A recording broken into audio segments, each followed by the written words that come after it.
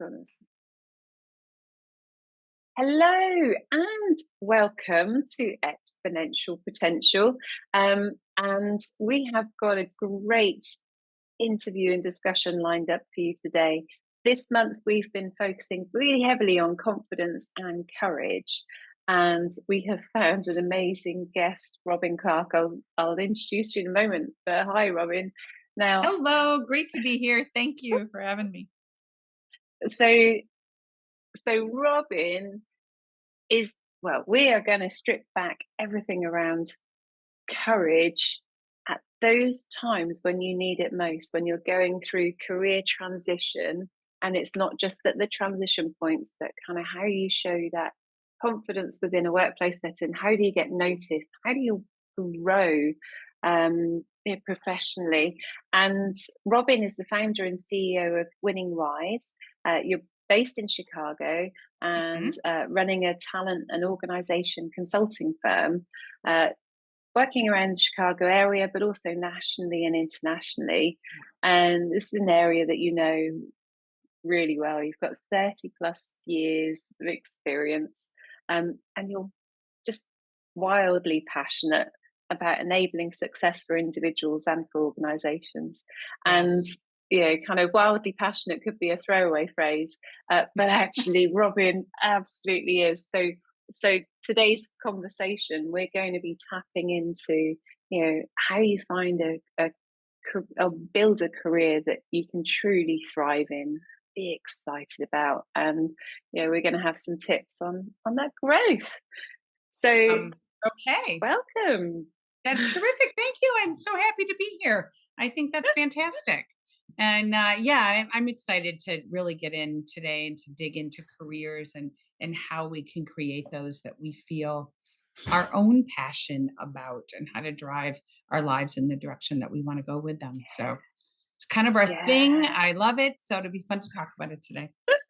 Oh, so Robyn, one of the things I didn't tell you is why we're called exponential potential, and the reason why is that both Jen and I come from a position where we see how absolutely brilliant people are, but they just don't realize it. It's just like you can Exactly. do anything. God, let's Exactly. strip this back. I mean, yeah, I loved the title of it. I thought, well, that's a cool title. And there's so much we can talk about around that because, oftentimes we see potential in other people even more than we see and embrace the potential in ourselves. And so it really is a chance to kind of refocus on ourselves and notice all the things that we do so well. And how do we leverage that even just a bit more to keep pursuing what we care about, keep pursuing what we want? Yeah. That is so true because particularly with women, we're brilliant cheerleaders for other people. Yes, Like, we go are. on, get them. Whether it's in Yes. their relationships or whether it's in sports, whether it's in their career, whether it's just in Mhm. general life, we're like, come on, you've got it, you've got it, you've got it. Yep, yep, yep, and But so this is a chance sometimes we gotta turn a little bit of that on ourselves, find the encouragement for ourselves and find the push for ourselves. It isn't like, there are so many ways that we can challenge and push ourselves to do and achieve more, even, with leveraging all the things that we have right in front of us. So and there you don't have to do that, but if you want to do that, there are options and opportunities to be able to. So yeah, I think it's yeah, fun to talk about. Yeah. yeah, for sure. And what I love about that statement just there, and it's one that we keep coming back to, is there are 8 billion people on this planet, and each of Mhm. them is on their own journey. Yes, And there's 8 exactly. billion different stories. And so, Yes. be yours, tap into your Yes. true path. And yeah, Absolutely. Absolutely. And, build those relationships with some of those 8 billion people because, life isn't really meant to be lived alone. Careers are not meant to be done alone. You don't really find your growth and your potential as a solo act. Yes, it's about being independent and taking things on and having that confidence, but it's okay to get energy and ideas and opportunity from those that are around us because that's where we'll find that. And you know yeah, what? They'll find it from us. It's this whole kind of sharing way that we can live, and we realize our careers are all built in community with one another. So that's important, I think, to think about too. think sometimes we feel on our own, maybe more than we have to be or need to be. Something to think about. Really is, really is. Well, in our research, in the background, kind of one of the themes that we kept coming back to with Winning Lives is this theme of thriving, Mhm. and kind of thriving in a workplace. And for you, what does it mean to thrive in work? And yeah, is Yeah. it realistic? I think, well, here's the, yes, I think it's realistic. And I think you know when you are and you know when you aren't. It's not like it takes a mathematical equation to figure it out. The question is, how do I help myself thrive in a really great way? And I think it's kind of the intersection of three cool things. At least this is the way I like to think about it. I think it's the intersection of your talents. Like, what are you actually good at? The kinds of things that just sort of come natural to you, and when you do them, you feel stronger, right? So when you do the kinds of things you're good at, you feel that sort of empowered feeling. Those are your true Yep. talents, right? Then how do you put that together with your passions, right? How do you put it together with what you feel, where you feel your purpose is and what you're excited about? It's possible to have passions and talents that don't align. There's nothing wrong with that. It's just when they align and as you work to get them to align, then you end up having and being in a better place.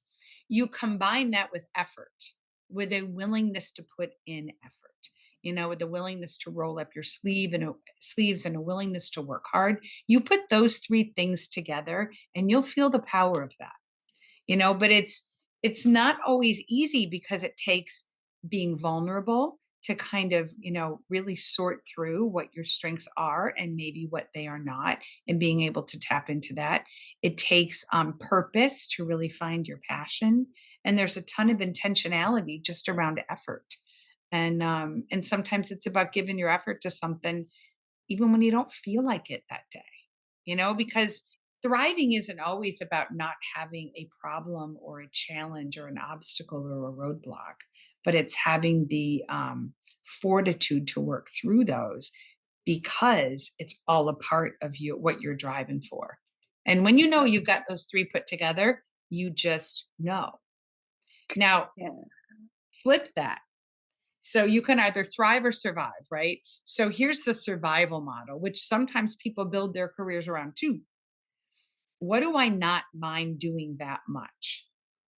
In other words, what's not that bad? I can sort of live through it. What am I not too bad at? In other words, I'm okay. I don't mess it up all the time. I'm not that bad, right? And where's the money?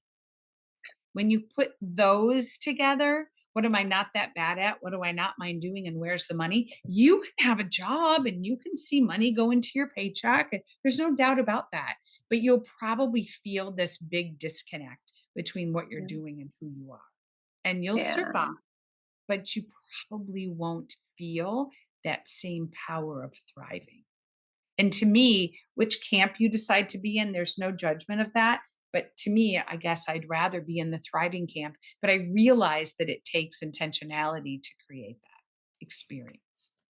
There are so many ways to take those elements. So for me, just really quickly as a leader, because I've been a boss to many different people, Right. and and at times when I've been working with people in that survive camp, you Hmm. can you can smell it, and you're kind of like, You oh, it's feel just work, it. it's just I work, know, and it's it just work. kind of Come breaks on. your heart. Like you can see it. Yeah. When a lot of times when we'll do different programs and stuff, I'll literally ask people those two questions. I usually get many more thrivers, but there'll always be a good 20% of the audience that's in a survival mode. Yeah. Um, and I guess I'm always hoping that they're really listening and they're paying attention because the things that we're going to talk about can really help. I think people move from surviving to thriving. Yeah. Sometimes it's about changing roles. Sometimes it's about changing companies. Sometimes it's about taking the one that you've got and really just blowing it up or finding the pieces of it that you are really good at, how to leverage that. Yeah. Um, I'm not Yeah. going to say that, hey, I worked in toxic environments too, and they stopped me from feeling the thrive. but they never took away my passion for the work. They never took away my talent. I just had to figure out how to reapply it, you know? And that's important. I mean, that's part of the managing past obstacles, right? And you mentioned purpose as a really important one of those three, and I'd love to find out from you, kind of around COVID and how people have responded in their careers Mhm. post COVID, and as description is mass resignations. But I do know, from my own peer group, there's a ton of people who have just decided that corporate's not a place for them anymore. So they've kind of spun out into different directions as if COVID was a bit of a wake up call. Is that something that you Absolutely. recognise? Mm, Yeah, absolutely. They say a lot of those folks that were kind of in that great resignation, a majority of them, huge majority of them were in like those baby boomers that are still working. So they're just hitting somewhere between, they're around early 60s, maybe 59 or something like that. And they're the ones that kind of said, all right, it's time for me now. I'm going to rethink this whole thing because what I really want to do is follow my passion a bit more. And maybe they lived a good portion of their life in that survival mode, in a job that they weren't that bad at. They didn't mind doing that much and they made an okay living, but they really want to do something that speaks more to who they are and the rest of the years that they want to be able to give and contribute. And to be able to figure out how to put your talents really to good use, you have to kind of think through, what's the purpose? Like, what am I really doing it for? What am I trying to achieve? Younger people, I think they they sort of already feel that, like they're already there with that. I just understand that it gets confusing sometimes when we get in that middle ground where we feel mm. overloaded with responsibility. And you're having children and your bills are getting higher and when you're in that middle ground, I understand that it's hard sometimes to think about how you put all those pieces together for yourself, right? That's the hard one. Yeah, yeah. Yeah. So, do you think do you think it's realistic for people to bring all those three elements together into their jobs as they Well, are? I kind of think so. I mean, they must be happening because when I ask people, I'll get 80% that say they're in the thriving space. So I Mm. think it is possible. I know for me, I was a social worker originally, and then I went from social work. I used to manage a runaway shelter and a battered women's shelter. And then I went into this whole learning and development space. And, Yep. when I was in the social work space, like I liked it. I did, but I found like certain things I was better at than other things. Like I enjoyed the public speaking because I always asked somebody to come out and speak. I enjoyed some of those things and nobody else is even willing to do them. And I wasn't sure I was very good at first, but I got better and a lot. So as soon as I hit this learning and development world, I will never forget my very first day at work. I just knew I was in the right place. I just knew this is where I can contribute. This is where I can make a difference. And I was training tellers on how to be tellers. So that I'm not sure the task was the one thing that was what I Uh, would but I was 20, I don't know, 4 or 5 years old or something. But what I knew that I loved about it was sort of igniting possibilities for people. So I think you can put those things together when you can go beyond sometimes looking at the actual tasks that you do and look at the why you're doing them, you know?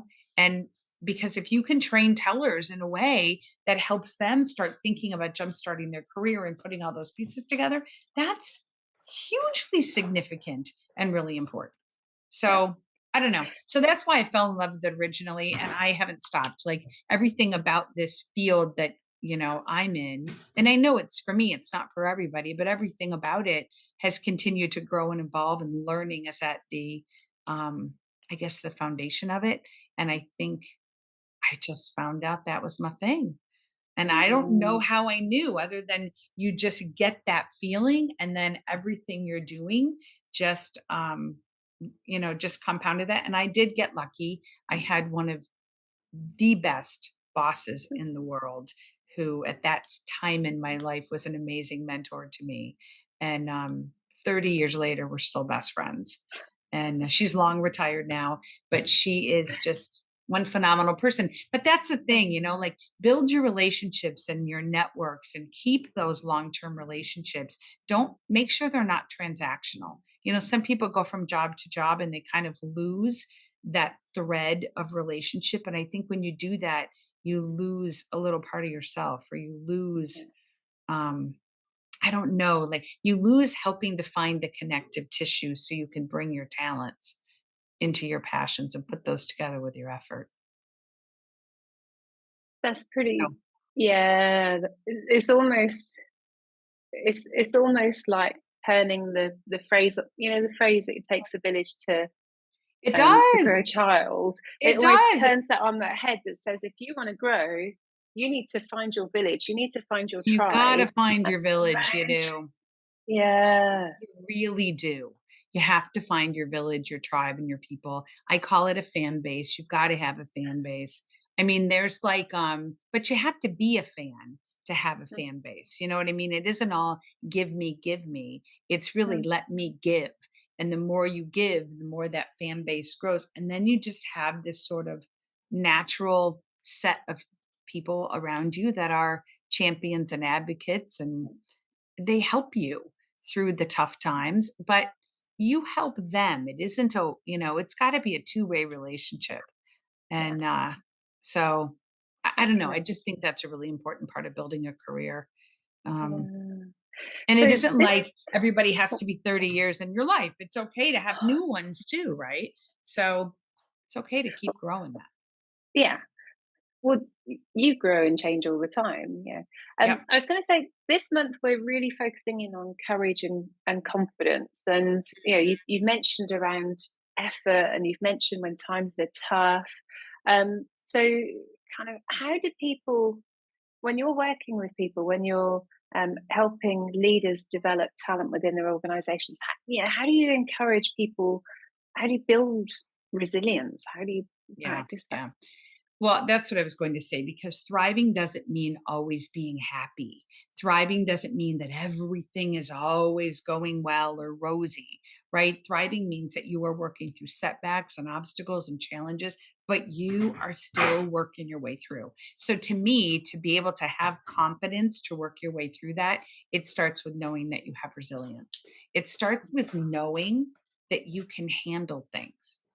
Sometimes when I even feel that fear inside me, or I'm worried about something, I'll just say, I'm certain I can handle things. I know I can handle things. Like, I just use that phrase because to me, it's one of the ways that you can sort of demonstrate this ability to like kind of regain control. And regaining control over what you can control is one way to be resilient. Kind of taking ownership of the challenge and saying, I'm certain I can handle things. Just that sort of self talk in your mind, instead of I'm scared, what's going to happen? How is it going to go? I'm certain I can handle things is one way to take control. Two other ways that I think resilience kind of gets demonstrated is sort of with optimism, just looking at things in terms of the opportunity or what the possibilities might be. Where could this take me that I hadn't expected? COVID, for instance, right? I mean, that did not look pretty. It didn't look pretty for me when it happened. I had worked so hard to build a big pipeline of business. I had this team. I lost $2 million in signed statements of work in a matter of 2 weeks. I was devastated, to say Yeah. the least. Because, when COVID was going on and companies were freaking out and everybody was freaking out, nobody needed leadership development because we all thought we were going to die. Yeah. So Yeah. we don't need to develop, we need to live. Nobody cared about thriving, they cared about surviving. So they canceled everything to save every dollar. And it was just devastating to me. So I took 2 weeks and I thought, okay, I can't sit here and cry about this. I got to do something different. I've got to figure out what's the opportunity here. And I'd had this dream of something I wanted to do with my business, which was really to build the scalable solution around career development. I thought, Yep. well, I've had this dream a really long time and I had money, but I didn't have Yep. any time to do it. Now I have a little less money, but I have a lot more time. If I can figure out the possibilities, I can really do this. And, a couple years later, we have got that solution. It is now hitting the market. We're just so excited about it. So it's taking those situations and finding the like nugget of Yeah. possibility in there that you never would have imagined. And now I'm only grateful for how Yep. those situations went. I'm not mad about it or sad about it anymore. I'm just happy for the pivot. But, I think that also keeps you, I think, an openness and being willing to challenge yourself and keep learning is also important to resilience. Like, what's the lesson here for me? So between the learning, between the kind of opportunity, which I look at as optimism, and then taking control when you need to, it's a balance of all three of those. Yep. If you try to be resilient through control only, that won't work. There's too many things we can't control. Like I couldn't control COVID. Good luck. you know, good luck with that situation. But optimism worked better than control. You know what I mean? So you have to have a balance of all three of those. And Yeah. so I'll just say to myself, I'm certain I can handle this. What do I need right now to handle it? And that gives you that resilience, which then builds your confidence. And I love the way that you framed optimism. We talked in the last session around courage, and courage isn't the absence of fear, it's Mm-mm. recognizing the fear and being prepared to walk through it. And Yeah. optimism isn't all sparkles and rainbows and fairy No. dust.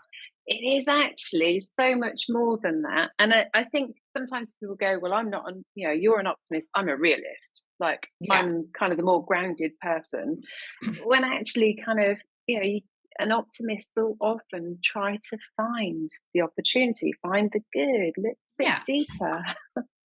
Optimism is being practical. It's not being pie in the sky crazy. There's a lot of pragmatism that goes with optimism because you can't turn things around positive without having that ability to sort of be practical about it, um, and look for like the path that you want to walk to be able to get to that. But if you don't practice optimism, sometimes you can just see the wall in front of you as so big and impossible. But the Yeah, optimist says, I'm pretty sure there's a way through it, over it, or under it. I just got to figure out which one's more reasonable, and which is just the keep better pushing. way for me to do it. Yeah, And or do I stand here and wait till the wall crumbles down and then I run quick? I mean, there can be lots of different ways, but I think the optimist tells themselves there's a way here. I just need to find a practical one to do it. so it's almost like the optimist has the confidence that there's a way. Right. You say, yeah, Because they remind themselves, I'm certain I can handle this. This yeah, wall in front of me looks really big. yeah, I don't know right now, but I'm certain I can handle this. yeah, So let me think. And maybe they call on people in their tribe. They call on their fans and say, what would you do? Look at this wall. It's really big. What should I do? I mean, when that happened to me in COVID, I called everybody that I knew and valued and respected and said, here's what I'm thinking. Have I lost my mind? Is this a good idea or a bad idea? Like I tested my ideas with people and, I listened to what they said. I yeah, brought a focus group of people together to see if this whole idea could go forward. And like I did, those things to me are very practical things that a person does when they're trying to find their way through it. yeah, You yeah. know what I mean? Yeah, yeah, that makes sense. And I can see how kind of each of those three elements around, taking action. It's just like taking Hmm. charge of the situation, the You kind of do. optimism and finding the learning. I can see how that links to growth. Um, Yeah. so yeah, are there any other ways that people can direct their growth? Yeah. I think there are. Like, I always will say to people, when you're thinking about your growth, right? Because if you're thinking about how can I go over and under and through these walls, I'm going to have to grow to get better at things. Like, there's things I'm going to have to learn about to get more effective at doing things differently. So I say there's kind of three cool places to look for growth so that Okay. you're satisfied with the growth. Right. Because sometimes what people try to do is put what they think we should do on us, right? I mean, people try to change people all day long. They do it in relationships, they do it at work, right? People try to change other people. And that is not effective. Because nobody, I mean, personal change is hard as is when you actually want to do it, right? So Yeah. imagine how it doesn't work when you're really trying to personally change somebody else, right? So I think the best place to direct your personal change is probably right back at yourself. Like, if you can really focus on that, you can make Yeah. so much more headway in terms of your growth. And I'm not saying that's always easy to do, but it's important to kind of reshape and refocus. But I look for opportunities in three places. One is, what are my needs? Maybe I'm struggling right now, or I'm not happy about something, or something is bothering me. I'll say to myself, what's the need I have right now that is not being met? And is there a better way that I could actually meet that need? So maybe when I think about that, I think, in my work, I'm not doing something as meaningful as I wanted to. Or in my work, I don't feel as connected to the people around me that I would like to feel. Or in my work, I don't know if I'm achieving. Am I really pushing the limits as much as I would want? But there's kind of eight researched and validated needs that people have at their work. And I think one of the ways they should direct their growth is one of those not working for me? Or how can I get that need met in a way that is really productive? But they're usually around mastery or meaningful work. They Mm. could be around connection and autonomy, which is in relationships, like how much togetherness and how much independence do we feel? And does that balance for you and for me? Or it's in how we're going to grow or how we're going to achieve, or it's in the lifestyle we're leading or the rewards that we're getting. So, which one of those eight aren't working for you? If you're Mm. going to grow yourself in a way that will meet your needs because you'll feel motivated to do it. One. The second place that you can get and figure out how you can grow is look at your own behaviors. Are there things that you're doing or not doing that you think are smart or less smart? Because even when we're trying to live our lives that are best, we all know we do things, we're aware of them, that are not in our best interest, right? We're trying to lose weight and But we ate a box of cookies, or we are like, really working on a relationship with someone and we find ourselves getting temperamental and harsh, yeah. or we're really trying to push this project through at work and we're procrastinating like a crazy person. So there are times that even when we want something really bad, we don't have to look very far to figure out what behaviors we have that aren't really serving us. So Yeah. sometimes I look at behaviors, sometimes I look at needs. And the third place I look at is, what feedback do people give me? What if people told me, and what if that aligns with my needs and with my behaviors? So if you can look at Positively and negatively. Yeah. right, exactly. So if you can look in one of those three places, you can get amazing information for growth. But if you look only at feedback that people give you and you're trying to please everyone all the time, I don't think that will be a great lifetime model for figuring out your growth. If you look only at your needs and you don't consider the experience that other people have with you, that's not such a hot idea either. It's not always all about you. But if you can balance what you need with what other people need, with the behaviors in the middle, you can look at all three of those. I think you can get some pretty good ideas about what your growth ought to be. Ooh. Do you Does that know, kind of make that seem I reasonable? it does, and there are so many instances. So I've been a rapid riser in my own career, but also I've Mhm. managed hundreds of people at different times, and I know kind of there are many people who almost think that they can automatically get a promotion, for example. And as a leader, I really want to give them the promotion, but I'm not seeing all of those elements. I'm not seeing the Oh, self yeah. awareness around behavior, not seeing kind of a real understanding of what they need. They're like, oh, Absolutely. Absolutely. Promotions, that's a huge thing. Like there is a massive disconnect on promotions. Like people think they should get a promotion because they've been there a long time, they work really hard, and they want it super, super, super bad. Like for most people, that's the criteria by which they believe they should get a promotion. I've been here a long time and I work really hard. Do you know how long my task list is? And I really, really, really, really want this promotion because I really, really, really want more money or more power. Okay. I mean, that's kind of what people think. That is not how promotions really work. Promotions are about, are you ready to take on more responsibility? How can you manage and handle that? Is your capability, do you have the capability to make more powerful decisions and take appropriate and mitigate appropriate risk, yep, right? And but people don't think about the promotion from the other perspective. And so they forget to show while they're busy how they're making bigger decisions, how they're taking more appropriate risk, how they can manage a larger workload through things like delegation, empowering others, building good relationships. They forget to demonstrate those things. And then they're yeah. super duper disappointed. But Promotions and are a if big disconnect and it's so much pain. Yeah, and if you take each of the three elements that you talked about, kind of the behavior aspect that Yes. you've unpacked there, and then the needs side, Yeah, the because needs and the feedback, yeah, right.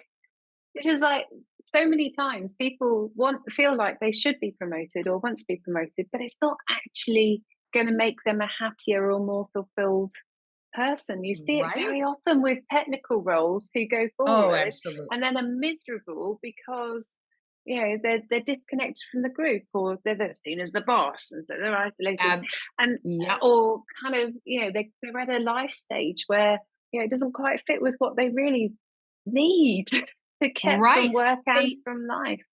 right. They see one aspect of that they want. Maybe it's, I think I'm going to get a little more money. They see one thing that they want, but they don't look at their needs in a holistic way and they don't realize how much they're going to give up. Does that make Yeah, sense? Like yeah. maybe they want that, or maybe they want the status of that new role. Like, I want to be a director or I want to be a VP. Maybe they want the status of that and they'd like the money of that. But they don't realize that that's going to put a strain on relationships, and connection was really important to them. And they're not Yep. quite prepared for that change. Maybe it's going to change up the skills that are actually required for them. And they're no longer the master that they were, because as you go up, even in technical roles, your leadership and decision making becomes the coveted capability, Mhm. not your technical knowledge. You're expected to delegate the technical work. And that Yep. is so hard for people that have a real scientific, or a real technical skill. Do you know what I mean? And they don't realize that now I'm in a role that I don't even like. It doesn't even like promote my talents in a way. I'm not even passionate about it. What in the world? And so, Yeah. but yeah, they don't think about their needs and they don't think about what the role actually is. So that's Yeah. important. And so we always try to help people look at it from a holistic perspective, because I'll tell you, there's a lot of disappointed people that haven't thought that through. Mm. And Yeah. then on the third, I mean, just to see the three through, the third element around the feedback from other people, Hmm. and that's so important, not just at a time of promotion. We're putting that through kind of every single day. You're forming or reforming your reputation, aren't you? You kind of, and Absolutely. it's not, yeah, whether you're consciously doing it or not, Yeah. it's Yeah. happening. I think it's really important, that you're kind of getting at like self awareness, like what's my self awareness? And I do get self awareness from listening to the feedback of others, but that won't happen if I'm defensive, if I blame other people, if I push that feedback away and avoid it, then I lose that moment to get that self awareness. But as you think about self-awareness, I always think there's two really cool questions to think about. One is, how do people experience me? Do I know how you experience me? And do you think about it the same way I think about it? And the second question, which I like even better, is, how do people experience themselves when they're around me? So, do the people around me experience themselves as bigger and smarter and more capable, or as small and devalued and unimportant? Because, Oh. right, because if people don't experience themselves well around me, Yeah. who's going to want to hang around very long? But how many people are in relationships, or how many people are in work environments where people don't have a good experience with themselves when they're around you? So I think that's a really, Yeah. like, phenomenal thing to ask yourself in terms of self-awareness, and That's to just be huge. thoughtful. Yeah. Yeah. Yeah. Because what you're doing then is you are actually now becoming a developer of people. Like, you're building the confidence in other people, when you give them a big experience around you, Mm. and you And value. yeah, and that's the quality of a true leader. And actually, Mhm. it lightens the load so much. Kind of Absolutely. as as somebody who often takes control, because it's sometimes it's easier, sometimes you're more guaranteed of the results, sometimes you push through. It's a lot of Mm, work, it's a lot of effort. Whereas if you lead and you create an environment where people, do expand, they kind of push their own boundaries further. They push what's possible by working together. It makes your job so much easier and more yes. pleasant and I exciting. yes, I think that's a phenomenal point. It does. So in a way, it serves you too, Yeah, yeah, right? That's kind of what you're saying, which I who think wouldn't is want to true. live in Yes. that world? And it serves the world, because it makes the people around you have a little better moment. And I don't know. I Hey. mean, it goes back again to, what are you passionate about? Are you passionate about people? Are you passionate about the experience that you create for others? And that was a part of a thriving thing if you care about that. And Mm. And and so kind of it's just to take this conversation further, because I'm really super conscious of time. yeah. You do a lot of work directly with organizations, don't you? And I can just pick up from our conversation.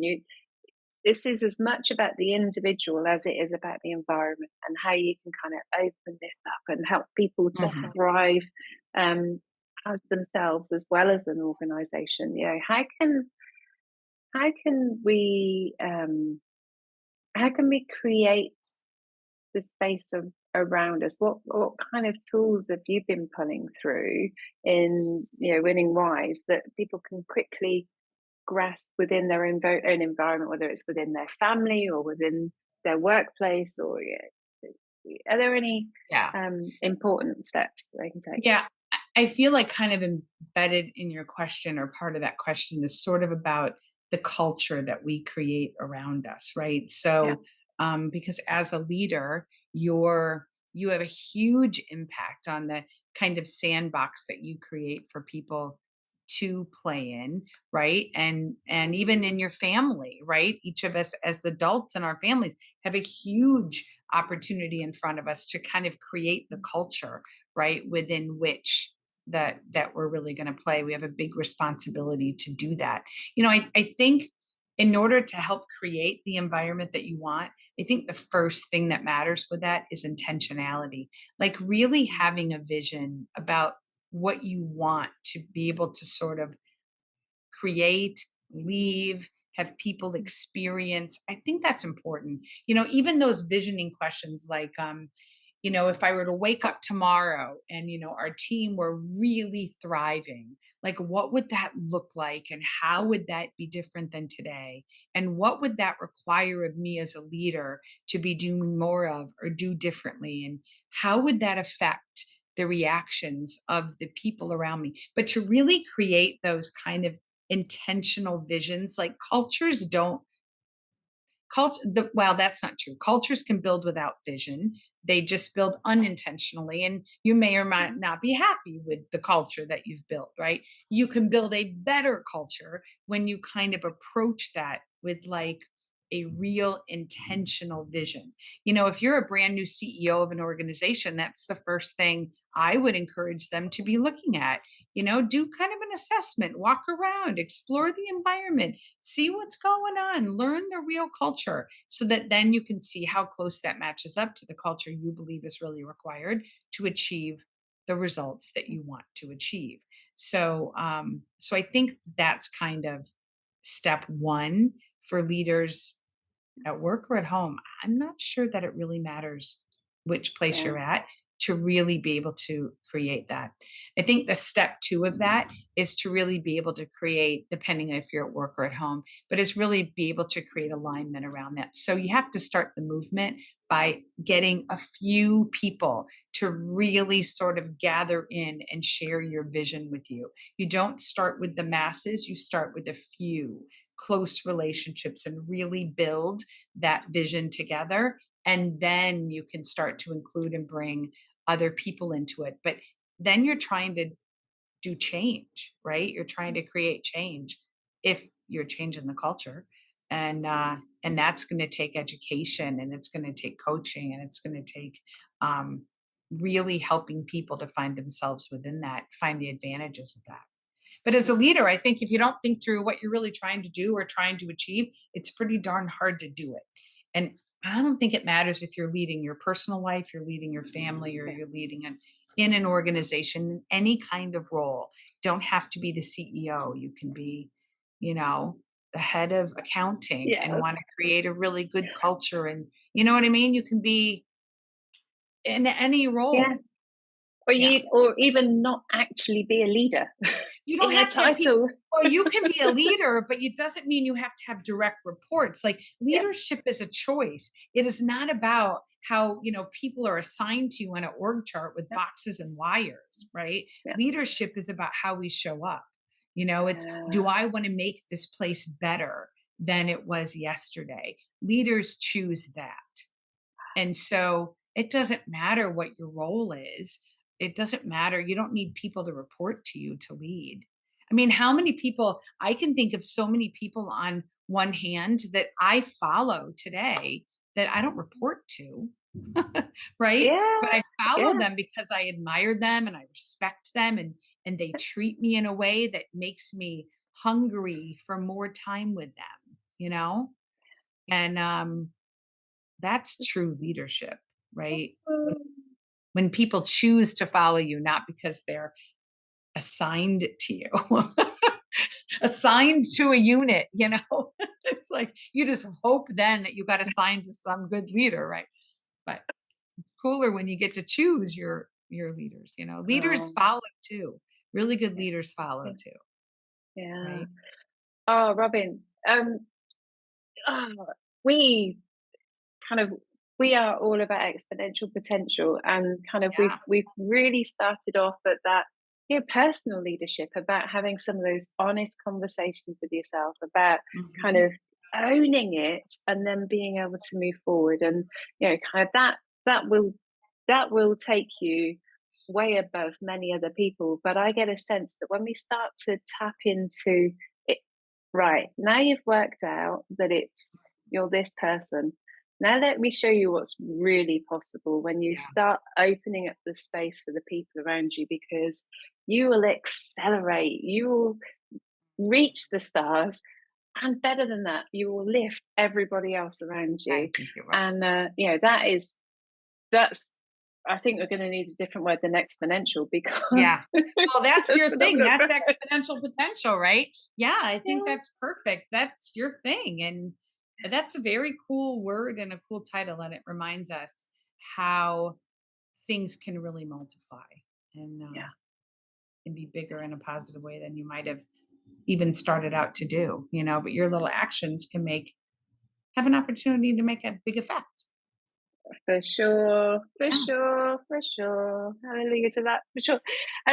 So, Robyn, how can people find out more about Winning Rise, and kind of, how can they tap into some of the wisdom that you're Yeah. sharing, whether it's for themselves or perhaps they're in a position in an organization, they want to create this culture, or they just want to take you to their Yeah. boss and go, look, Yeah. listen to Robyn. We should be doing some career development would be perfect. Let us know if you want to do that. You can find us at our website really easily. It's just www.winningwise.com. And it's winning wise, just like it sounds. Winning, WINNING, and then wise, like wise people, WISE. So that's really easy. And then if you go on there, there's a contact us sort of a thing you can fill out. If you fill that out, you could be in our newsletter. We have blogs that we're dropping every week on LinkedIn and a few other places. And so then we consolidate those and we send them out in a newsletter along with some other points and just, learnings. It's really meant to be learnings and tidbits. If you also follow us on LinkedIn, you can follow me, Robyn Clark, or you can follow Winning Wise. We do about every 4 weeks or so, we do either a live stream or a webinar where we're discussing these topics and just hoping to be helpful and human and deliver cool content to people. We have a live stream coming up. I believe it's the 22nd of May. Um, and we're going to be really talking about how do I build a development plan that's super meaningful to me. And it's going to be my colleague of mine that we work together. We're just going to have a conversation, a live stream conversation about it, and get people thinking about how to build plans that matter, because most people don't like their development plan very much. So we thought if we could help with that, that would be a really good thing. But we do something like that every month.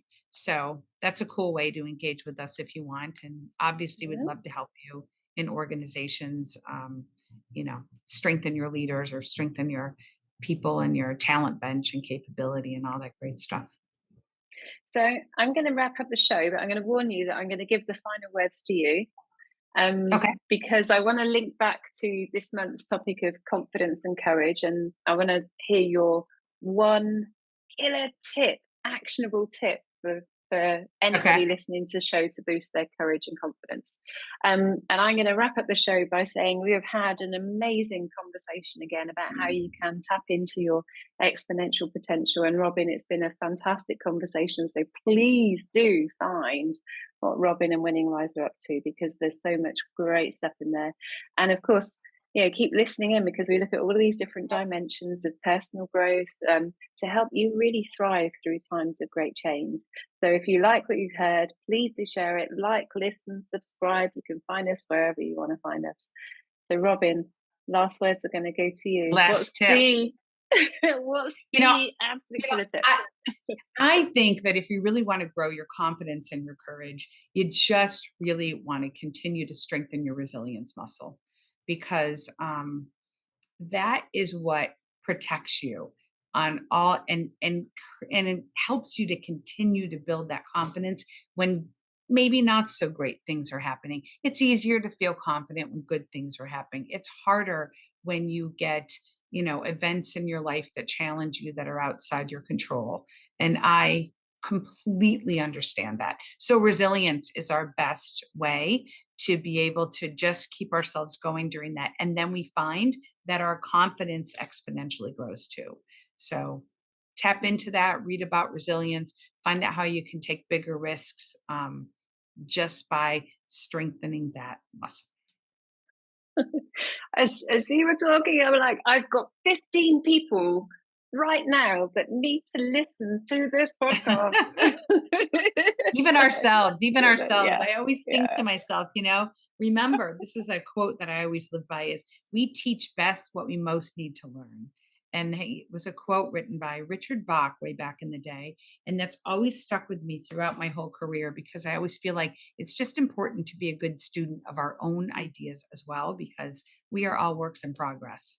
And we all have our ups and our downs. So to hang in there together and to be in that community with each other, I think is the most important. Oh, Robyn, I absolutely honor you. Thank you so much for your time. And guys, I will see you again real soon. Bye bye. All right. Thanks, Claire. Good to be with you.